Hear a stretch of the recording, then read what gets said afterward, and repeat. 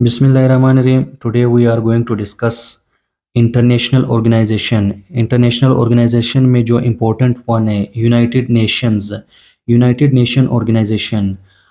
24 अक्टूबर 1945 को ये इंटर गवर्नमेंटल ऑर्गेनाइजेशन बना।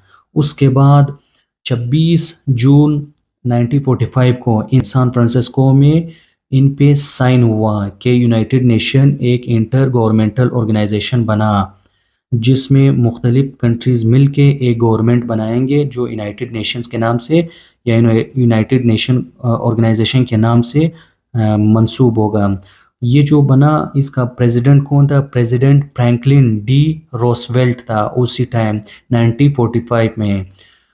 इसके बाद जो फैक्ट्स अबाउट यूनाइटेड नेशंस है, यूनाइटेड नेशन है 6 मेजर ऑर्गन्स है। जो 6 मेजर ऑर्गन इंपॉर्टेंट ऑर्गन्स है वो जनरल असम्बली है, उसके बाद सिक्योरिटी काउंसिल है, third one is economic and social council है, और फोर्थ पे ट्रस्टशिप काउंसिल है, और नंबर 5 पे इंटरनेशनल कोर्ट ऑफ जस्टिस है, और नंबर 6 पे सेक्रेटेरिएट है।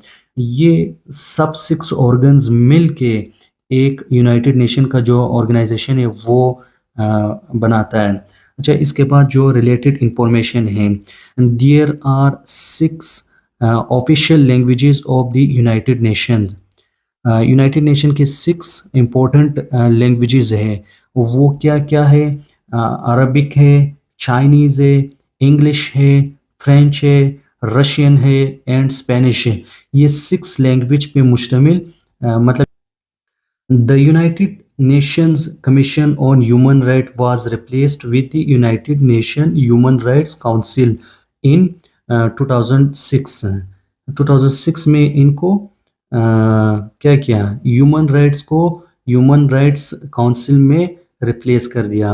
अच्छा, Pakistan has become a non permanent member of the security council for 7 times, most recently in 2012 and 13 में पाकिस्तान रिसेंटली इसके सिक्योरिटी काउंसिल का हिस्सा बना। अच्छा, ये जो टोटल इंफॉर्मेशन थी, ये जो हम लोगों ने अभी इंटरनेशनल ऑर्गेनाइजेशन पे पढ़ा। इंटरनेशनल ऑर्गेनाइजेशन में अगर देखा जाए जनरल असम्बली के 193 मेंबर्स है। यहाँ पे 193 मेंबर्स जनरल असम्बली के।